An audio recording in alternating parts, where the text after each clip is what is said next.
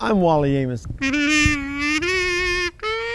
Read It Loud is a foundation that creates awareness about the benefits, the values, and the importance of parents, adults reading aloud to children from birth to age 6 for at least 10 minutes a day. If you do that, you will have a reader. The idea is not just to learn to read, but to have a thirst for words, a love for reading. Reading aloud works. It's been working for generations, and it works today. Read it loud! Boys and girls, ladies and gentlemen, good afternoon. Who wrote this book? Dr. Seuss. I love Dr. Seuss books. The title of the book is Hunches and Bunches. You guys will be able to figure out the story as we read along, so just feel free to join in. Dr. Seuss, the publisher is Random House. Random House is the name of the publisher. They're in New York. Did you ever sit and fidget when you didn't know what to do? Everybody gets the fidgets. Even me, and even you. And today was quite an awful day for me and my poor pup. My trouble was, I had a mind, but I couldn't make it up. See, a lot of the words rhyme, so if you can figure out the words that rhyme, then you join in with me, okay? It's awfully, awfully awful when you can't make up your mind. Do you want to kick a football? I'll sit there on your behind. Do you want to go out skating, fly a kite, or climb a tree? Do you want to eat a pizza, take a bath, or watch TV? Oh, you get so many hunches that you don't know ever quite if the right hunch is a wrong hunch. Then the wrong hunch might be right. There I was, inside the house, so fuddled up I could shout when I got a hunch, a happy hunch, and that I shouldn't be in, but out. You guys rhyme the words and let's have a group reading session. Come on. But before I could follow that happy hunch, a voice snaps, "Don't you dare!" And a real tough hunch informed me, "You're not going anywhere. There's homework to be done, bub. So sit your pants down in that chair." And so I did. I set me down, but as soon as I got set, a better hunch came, and it yanked me off the homework hunch's hat.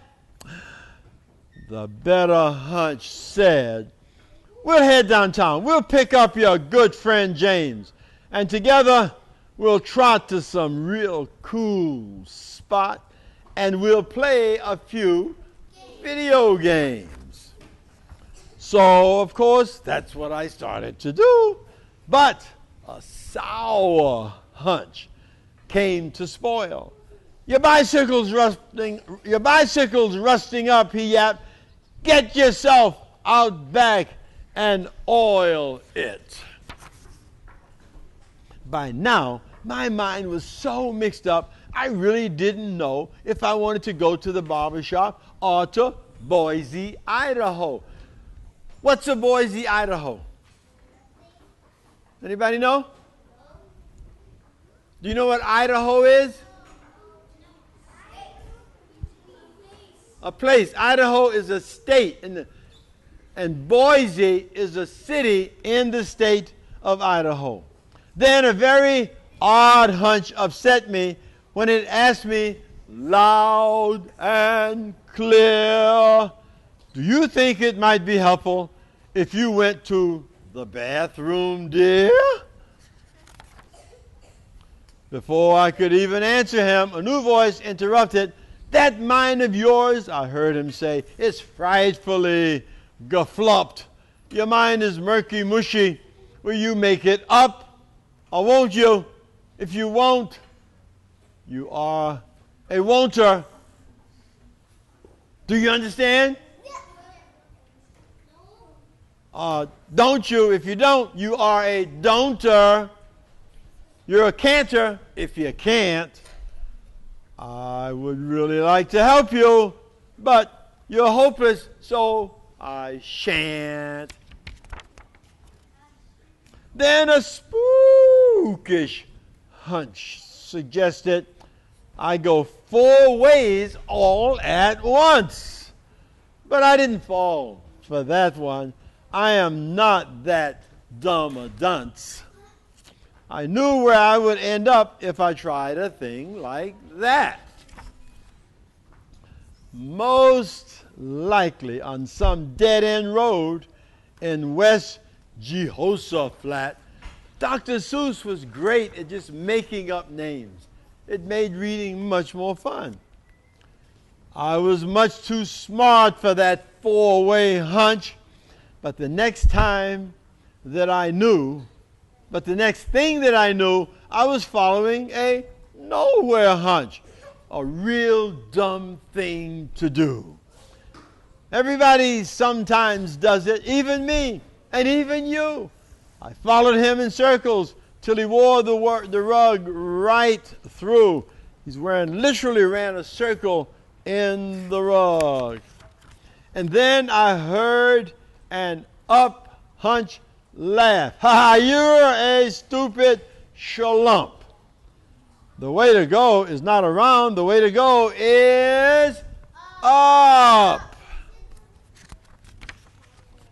That seemed to make a lot of sense. I even took my chair. I just knew I'd make my mind up if it had some high, fresh air. But the up hunch I had followed was a phony and a fake. Way up top, I met a down hunch, and he sighed, "For goodness sake, you should never trust an up hunch. You've made a big mistake." Then things got really out of hand. Wild hunches in big bunches were scraping all around me, throwing crunchy, hunchy punches. And some super hunch was yelling, "Make your mind up, get it done. Only you can make your mind up. You're the one and only one." That's a great thought, boys and girls. You control your mind. So don't let other people get inside your mind and tell you what to think or what to do. One of me could never do it, and quite suddenly I knew to get a job like that done would take more of me, like 2. And maybe even more of me, like 3 of me, or 4 of me. It took an awful lot of me. It took a lot of yelling. It took a lot of shoving and hot bargaining and selling. We all talked the hunches over, up and down, through and through.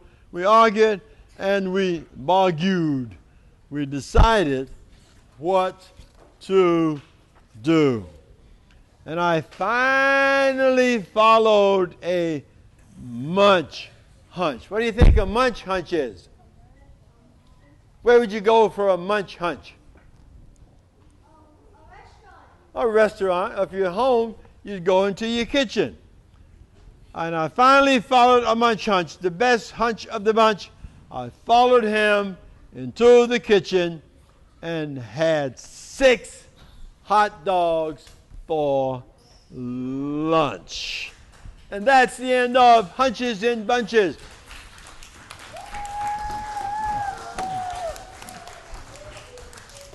But you know, that's how ideas come in the form of hunches.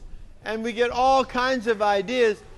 So you have to really think about ideas. You have to think about hunches, ideas that come to you, because some of them will be good, some of them will not. So you have to make decisions on which ones are best for you to follow through on. Thanks for reading, guys. Thanks for being a great audience. Bye-bye.